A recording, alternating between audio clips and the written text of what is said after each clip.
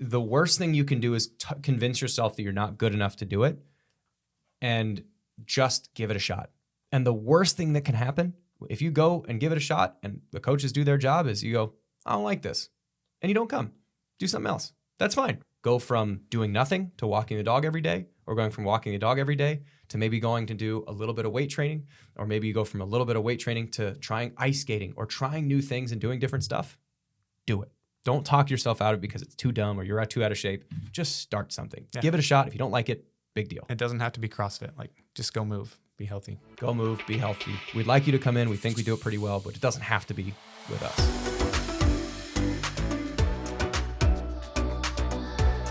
Welcome to Fitter Every Day, the show where we break fitness into bite-sized bits to help make you fitter every day. Now, today we're back in studio with Shawn Nutzman, who is he's got a couple questions that we're going to kind of discuss. And because we got a partner week that's coming right around the time where this episode is getting recorded, we do have a lot of new people starting. So we figured, why not talk about some stuff that is pertinent to people looking to get started in a gym. But before we start, a reminder that we are now partnered with Tyr, T-Y-R. It is a really high quality stuff. It's the primary sponsor of Pat Vellner and Annie Thorisdottir and Lazar Jukic and Roman Krenikov and all these high-level CrossFitters. And now you can get that quality stuff for 10% off, up to 20% off in the coming months. And you can get all of Goldfinch Athletics custom stuff shipped directly to your door. No questions asked. You don't have to come to the gym. You just put your address in. They ship it right to you. You can get our stuff on their quality, or our logo on their quality stuff. Go to fitness.tyr.com. Create an account with code GOLD1, GOLD1. You get 10% off of everything in the store. That's their Tyr shoes, their swimming stuff, their apparel. So go to fitness.tyr.com using code GOLD1 to get 10% off everything. Okay. That being said, we have new people starting. Where do you want to go with this, Shawn? We'll just break down what's Partner Week. We usually see a lot of new people in Partner Week, so kind of explain what that looks like. So Partner Week, it's a thing. It's not unique to us at CrossFit Goldfinch or Huxley Fit Club. It's not unique to the Goldfinch Athletics family. I think it's probably the easiest way that most CrossFit gyms get new people into the gym. Yeah, and so what a Partner Week is that every workout during the week is done in a group or as a pair. And so it's something, there's a lot of different flexible things that you can do with it. You can do it as like one person works and one person rests, or you divide the work accordingly. But either way, no matter how you structure it, it's that you're coming in with somebody else, so you automatically have a buddy to talk to. And like that's I think the secret sauce of a Partner Week is that everything can be scalable. Like if you're coming for the first time, and I've been coming for 10 years, and I feel comfortable deadlifting 225, and you've never deadlifted in your life, the coach can give you a 27-pound kettlebell, and I can do 225, and we can still do the same workout. We have the same feeling that we're going back and forth with. So you have this like consistent bonding of like, oh, I went through this hard thing with you. We did it together, so people can bring their friends, bring their strangers. It's an automatic way to connect people. So Partner Week, it's a thing that a lot of CrossFit gyms do, and everything is done together, which I think takes the intimidation factor down when no one's thinking that like, oh, everyone's judging me. Yeah, it's also a good example that CrossFit is just infinitely scalable. Like you can be working out with like right next to a CrossFit Games athlete, doing the same workout at a different, same intensity, but you'll be doing different weight, different reps, something like that.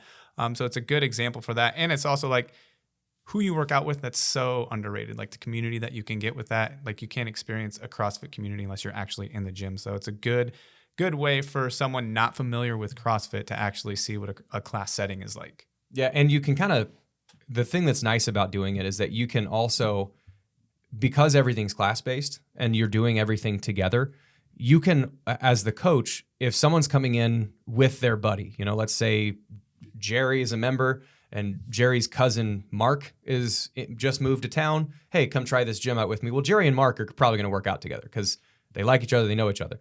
But if there's a new person and Steve is just coming in off the street and you're like, Steve's a 46-year-old guy, who's worked out a little bit in the past. Oh, we also have, Tom who in the class who's also about a 45-year-old guy who's worked out a little bit and has been doing CrossFit for 5 years. Tom, Steve, you guys are partners because you have shared experiences. And then it takes away the I'm too out of shape to do this, or I'm too old to do this, or I got bad knees or whatever, because the person you're getting put with probably also has those type of things. Probably going through the same thing. Yep. So why don't you explain how would a new person get started from sign up, come into class? Like what's that first day, first week, first month looks like? Well, first off, you can just show up. Like that is perfectly fine. If you didn't want to navigate the computer stuff, you can literally just That would be me. try getting a text back from Sean Newtsman or an email. Good Lord. But if you just show up. If you have a friend that is at the gym, or if you don't have a friend, you just want to try it, you can literally just either in Huxley or in Ankeny, you can just show up. The schedules that you can find those schedules at goldfinchathletics.com at any one of the tabs, which in the adult fitness stuff, it's going to give you the schedule on where everything's at. But the other thing you can do, this whole week is free. And we always have a free week that you can just come try it just to see if you want to. So it's easier if you go to goldfinchathletics.com and then go to sign up on that schedule tab. Just log into a class. You get a free drop in, and it lets everyone know that you're doing it. It lets you sign the waiver ahead of time, so you don't have to kind of take the time to fill out the waiver on the iPad at the front. But the thing that's going to happen, independent of the online sign up stuff, because again, if you're interested in doing it, just show up. We'll find a way for you. But one of the things that all of our coaches do or should be doing is that when they do see a new person, they need to come introduce themselves. And I always go through basically the same battery of questions to make sure that I know that I'm not going to put you over your head when you first walk in, because it is our job as coaches. The two things that cause injury in my mind are negligence and arrogance. And negligence would be on me. Arrogance is on you. If I tell you, hey, you've had 2 herniated discs in your back, you know you shouldn't be deadlifting. I'm standing over the bar to make sure you don't deadlift. And then I walk away for 3 seconds and you go to deadlift and you hurt your back. Like, that's on you. But the negligence part is me not doing my part to prevent you from doing anything wrong. So I always ask, the sequence of questions that we usually ask are, do you have any diabetes, asthma, heart condition that makes you breathe harder than normal, or has your heart rate elevated faster than normal? Do you have any hip, knee, shoulder, ankle, back injuries that are going to prevent you from moving normally or inhibit your day-to-day life? Do you have any surgery scars bigger than 2 or 3 inches? And some people, especially women, will say, I have a C-section scar. Well, that's a conversation to say, how recent was that? Is it something that if you've worked out before, has that bothered you? Even if something that is as personal as that. Or I had an ACL tear back when I was 26 and now the person's 40. Well, we know then to look for your knee mobility and your ankle mobility to see if there's anything compensating. And then another question right away is, what is your exercise history? Have you done any of this stuff before, or where did you come from? And then after that, is there anything you need me to know or that you'd like me to know? And every one of our coaches should go through one of those, some version of that, whether it's those 4 exact questions or just getting it there a different way. And you should be able to provide the information, because then I know, okay, this person has asthma. And if the answer is, do you have asthma, diabetes, heart conditions? Yeah, I have exercise-induced asthma. It's like, where's your inhaler? And like, it's in the car. It's like, okay. I'm not telling you that you're going to need it, but I would really like you to have it if just in case you did. So please go grab your inhaler. And then saying something like, I've got exercise-induced asthma. I had my knee replaced, or not replaced. I had meniscus surgery 3 years ago, and I did CrossFit 10 years ago, but haven't really done it since. All right, I know how to deal with that athlete now, and I know how to help you scale to make sure we don't put you in over your head. What would you say to somebody that has no experience? So never lifted a weight before, doesn't really know what CrossFit is, not familiar with the movements. How would you approach that athlete then? The only thing that's preventing you from succeeding in a class is your own shame. That's it. It is you are in the way of you. And if you've never done anything before in your life, there have been people that we have helped out or that we've had in classes that literally couldn't get up out of a chair.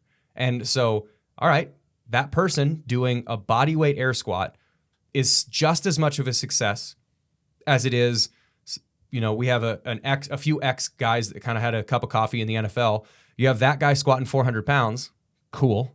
You have this person who's can't body weight squat, and now they did a body weight squat. That's a huge success. The same level of success is pushing towards that.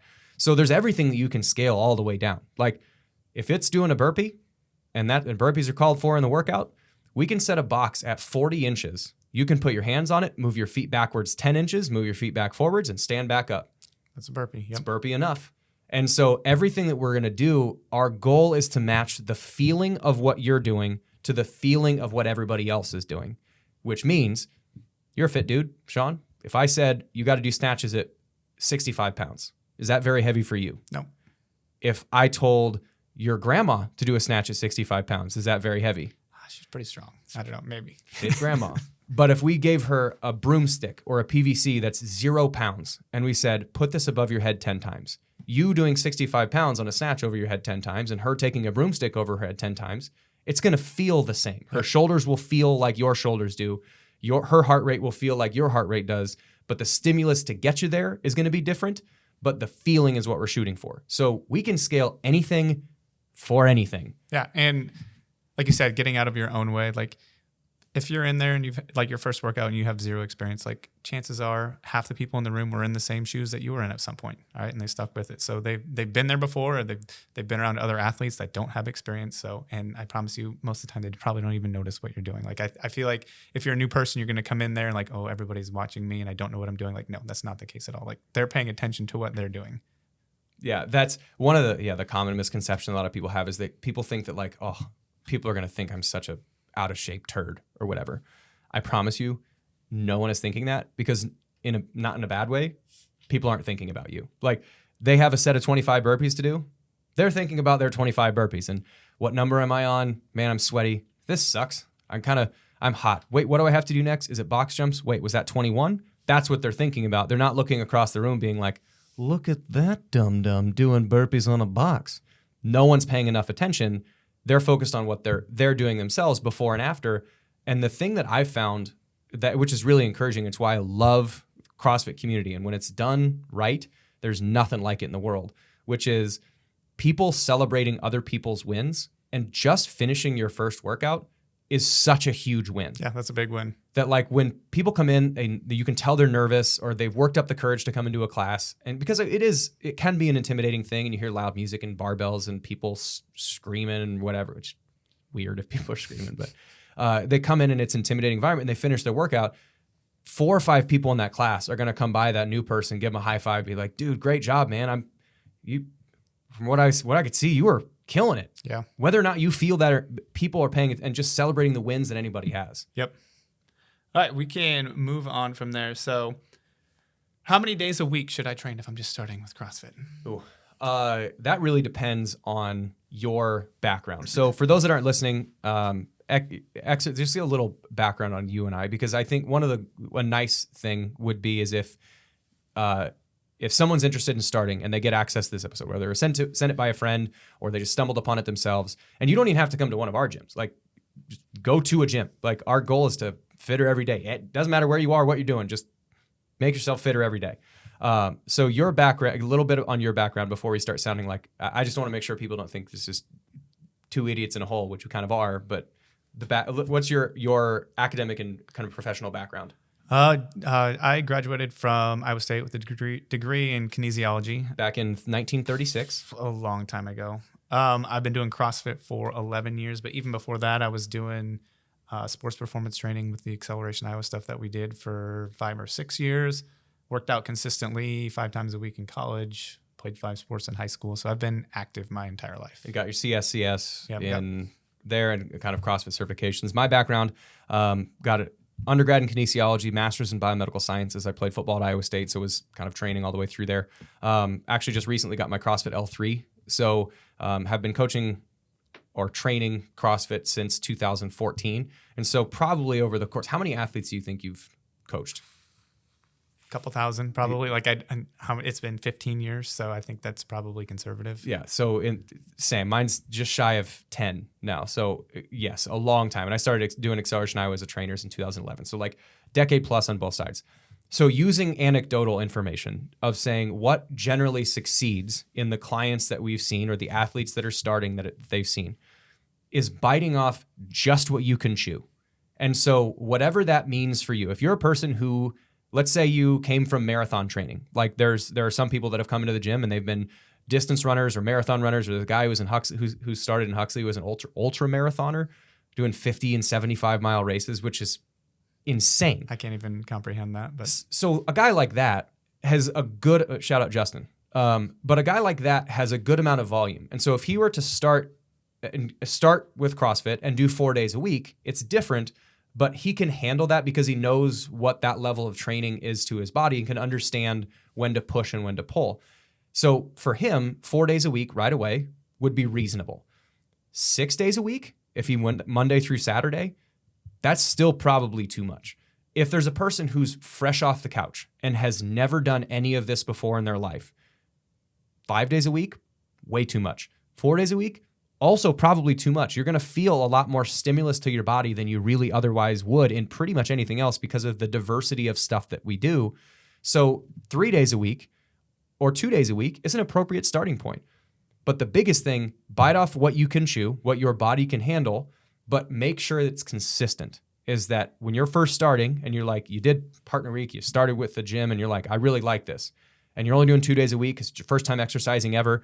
Well, on Mondays and Thursdays, I'm coming in. And then on Tuesdays, Wednesdays, and Fridays, I'm taking a 2-mile walk with the dog. And I would make a plan for that ahead of time. So it's not just like play it by ear, like, oh, I guess I won't go tomorrow. Or like beginning of the week, I would say I'm going to go on Monday and Thursday. That's my priority. I'm going to go. So you get in the habit of actually doing that. But what if I have work meetings? Then go Tuesday and Friday.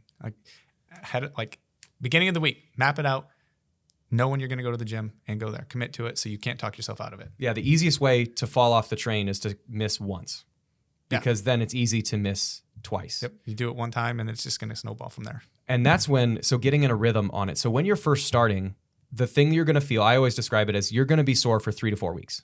And that's not saying like, I can't walk. If you've gotten to I can't walk stage, there was a miss somewhere. Either it wasn't scaled appropriately or you went really, really hard and the coach didn't see it, or, maybe it was just 10 air squats and that's a really, that level, that sensation is not something that you felt before in your life. If we've gotten to I can't walk stage, we missed. But you will be sore. It's a new exercise. If I started doing yoga 5 days a week right now, I would be sore from yoga because it is different. And the thing that CrossFit has, different than other things, is that it is always different. So like our workout, as we're recording this, our workout Monday was a clean complex and Jackie, which was rowing, thrusters, and pull-ups. Then Tuesday was kettlebell swings, running, biking, burpees, and box jump overs. And then today was wall walks and jump rope and squats. Like totally different. Yeah, but we're hitting different. everything. We're going to squat, lunge, hinge, push, pull, carry, run, row, bike. We're going to do gymnastics. We're going to do body weight, and everything. So as you're coming into starting this, you're going to find muscles that you didn't know existed. And you're going to be sore in those places. So you're going to be sore for 2 or 3 weeks. And working through that of making sure you don't quit because you're a little bit sore, that coming back in, and once you get used to that, your body's going to be like, oh, this is the level of intensity that I can come to expect. And your body adapts. So that I would say, bite off what you can chew, but make sure it's consistent and don't leave yourself room to back out. Yeah. So we're doing all, it's varied every day, all these new movements. Like what do you say to someone new that doesn't know what they're doing? Ask. And I think the other thing is, I mentioned that one of the things that's getting in your way, that gets in people's way, is their own ego or their own shame. One of the two. You either have way too much of your own self-importance or not near enough of your own self-importance. And if you're on either end of that spectrum, you're going to not get the right information that you're trying to get. Because let's go like Jackie on Monday. It's 1,000 meters rowing, it's 50 thrusters, and it's 30 pull-ups. That's a load. Like if you're well-conditioned and well-trained and you've been doing CrossFit for 8 years, that volume isn't startling. But if I was to have a brand new person do 50 thrusters, I don't care what level of fitness they had before, then that's going to be a lot. And so if you don't know what you're doing, every class plan has some technical element in it. We go over how to do a thing. It's built into the lesson to make sure that whether it's a high level tip of like, we're doing cleans, here's how to position your shoulder a little bit better to make the clean more efficient, or this is a clean. Like there's going to be some element in there which makes sure that people are comfortable. So there's a teaching part. So you're not going to be totally lost. But sometimes if there's 6 or 7 movements in a workout, there might be 1 or 2 that we don't catch. And then asking, hey, what is this? How do I do this? It's literally our job as coaches is to make sure that you are understanding. So either if you have too much ego, saying like, I'll figure it out, then you try it and hurt yourself. Or that's always the former like football player. Oh or the yeah, former that's athlete. us. It's like I got this. That's right? me. That's me. Or it's the person who doesn't have near enough self-esteem and they think, well, they're probably going to think I'm stupid for asking this question. Like neither one of those is correct. Saying, what is this? It's our job to help. And I think that our coaching staff does an awesome job. Like we do an elements class for new people that aren't familiar with movements, and that's always an option. But I think our coaches do a great job in class where most people, if they didn't want to do that elements class, they could still come in, go over the whiteboard, go over the class plan with everything, talk to the coach, and we can still make an appropriate workout in class. And here's a little peek behind the curtain for those that even that you've been an experienced CrossFit athlete for a while. the setup of the technical portion, even during the warm-up sometimes. So let's say we're doing like the Bergner warm-up, which is generally what we're going to do with a lot of like cleans and snatches. It's with a broomstick or a PVC that is just super light, and it's giving us an idea on getting the form down, getting the timing right. And if we're doing the Bergner warm-up and we say dip, and then we look around the room and then say shrug, you know what we're doing for that average CrossFitter? And when we say dip, is we're looking at the position of everybody in class and saying, good, good, good, shoulders, could be shoulders back, good, good, good, could be shoulders back, good, good, good. Okay, next time we do this rep, I'm gonna watch the two people whose shoulders need to be back, dip, now I'm looking at you, now shoulders back. Those two people pull their shoulders back, also everybody else in the room pulls their shoulders back. And so that's just 2 reps, and I've I've addressed the technical cues of a couple people who aren't super sure while coaching everybody else. And so the technical warm-up part, when done correctly, it allows us to teach everybody at one time. And it's sort of like, remember the old Tom Amansky videos from like the baseball technique thing? It's sort of like the Tom Amansky thing where like you have everybody stand there, pointing their glove at their target, and their ball hand is in the cookie jar, and everyone's standing there in that position. That coach is able to look down the line and say, one of these things is not like the other. Hey, Carl, make sure your glove is pointed forward or whatever. It allows you to see everything. So if you're not familiar with the movements, it's totally fine. The coaches, it's our whole job is to teach that to everybody and you in the class. Yeah, especially with newer athletes in the class, there's a good chance that we're going to have a PVC in the warm-up, and I'm going to be watching everything from your squat, hinge, whatever we're doing that day with a PVC to see how you move before we load it at all. Yeah, and then we're going to come by and say, hey, during the thrusters today, let's still do 50, but instead of doing anything with a barbell, let's just do 50 air squats and then move on. Yep. And that counts. It's the same, like we said, I think it was in the last episode of we're trying, or maybe it was this one, we're trying to match the feeling. Your feeling and an experienced athlete's feeling should be the same. The stimulus is different to get us there, but your feeling should be the same. So what do you say to people that are just starting and they'll say something like, I see what CrossFitters are doing and there's no way I can do that, or I don't even want to do that. I don't want to walk on my hands. I don't want to swing on the rings or swing on the pull-up bar. Like, I can't do that. I think the goal this is me as an athlete, my view has changed on this, which has informed my view as a coach. So when I was playing football, my goal was to squat as heavy as I could, because that means more force production, which means I can block better, which means I'm a better football player. There's a very defined goal, is that I have to squat heavier. Now, I want to, but I don't need to, because if my hip is a little tight on squat day, I want longevity from my life. Now, what my goal now is I want to be as healthy as I can, as long as I can. I want my body to be as capable of doing anything that it wants to for as long as it wants to, both in time duration for 2 minutes or an hour, or over the course of when I'm 85, 90, 95, 100 years old. And when people say like, well, I don't ever need to walk on my hands, or I never need to do a muscle up or whatever, that's fine.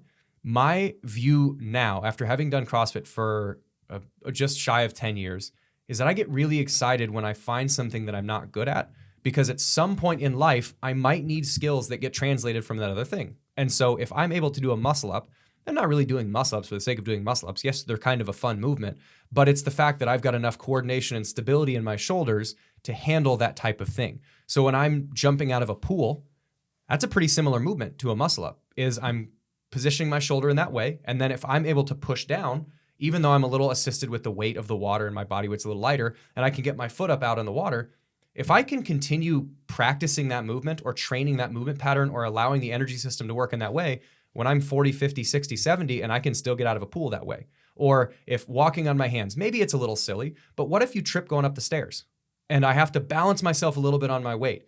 One of the major causes of hospitalizations and therefore deaths in the elder population is falls.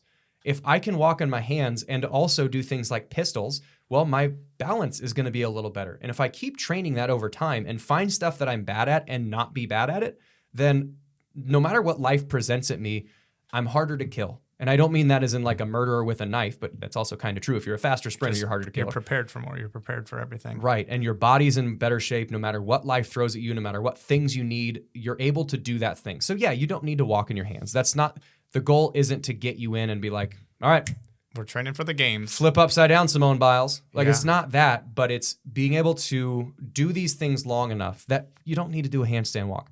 But maybe after 6 or 7 years, you've gotten better at these things. And then you said, oh, okay, well, I can do bear crawls really good and I can do chest to bars pretty good.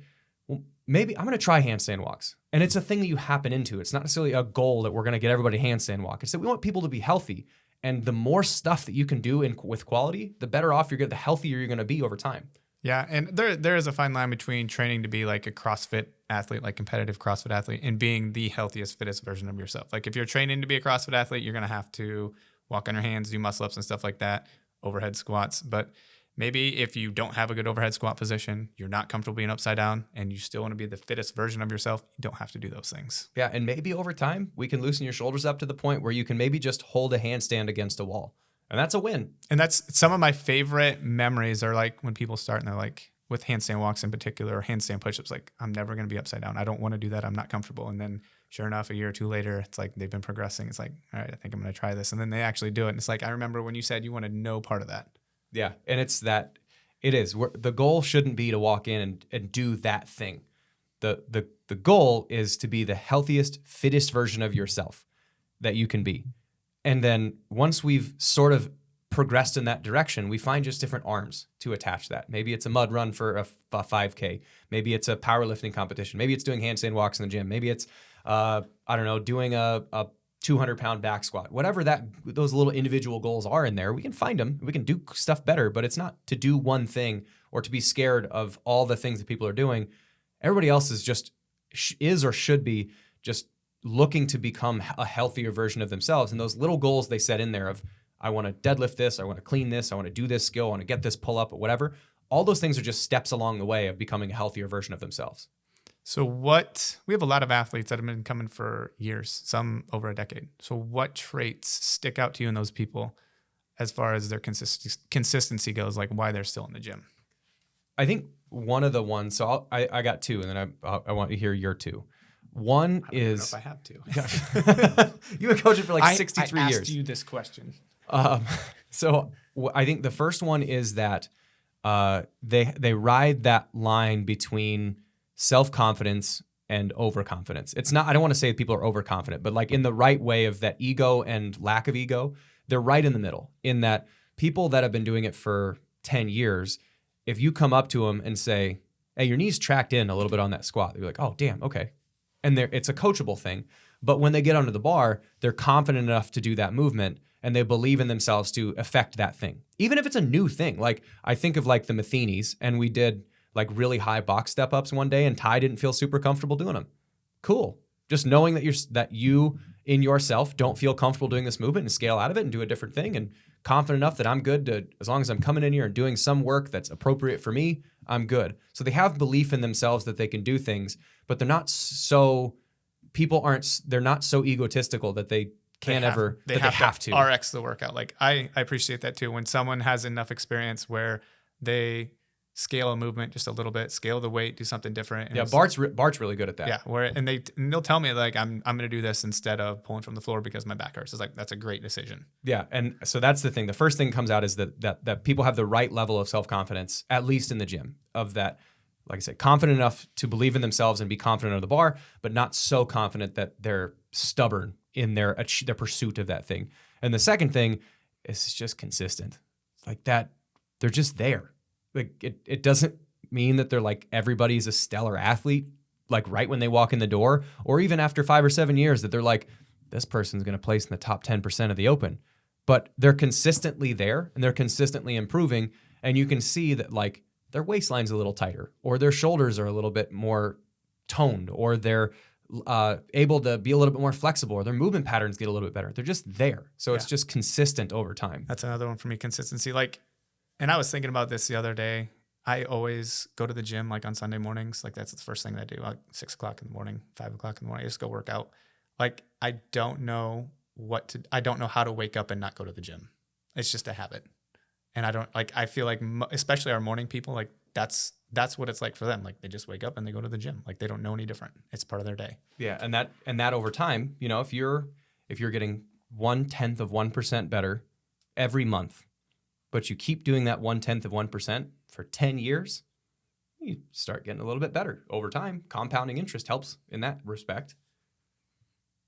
Anything else you want to go over? No, I think the last thing would be just be like the point of, if you're considering starting, if you're a person listening to this and you've made it through 30 minutes of us talking, the worst thing you can do is convince yourself that you're not good enough to do it, and just give it a shot. And the worst thing that can happen if you go and give it a shot and the coaches do their job is you go, I don't like this, and you don't come. Do something else. That's fine. Like, I don't need every single person on the planet to come to our gym.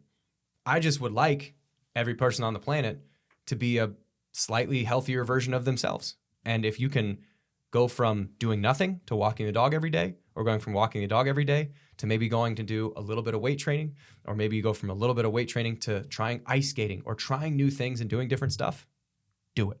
Don't talk yourself out of it because it's too dumb or you're too out of shape. Just start something. Yeah. Give it a shot. If you don't like it, big deal. It doesn't have to be CrossFit. Like, just go move, be healthy. Go move, be healthy. We'd like you to come in. We think we do it pretty well, but it doesn't have to be with us. You got anything else? Well said. I think that's good. Cool.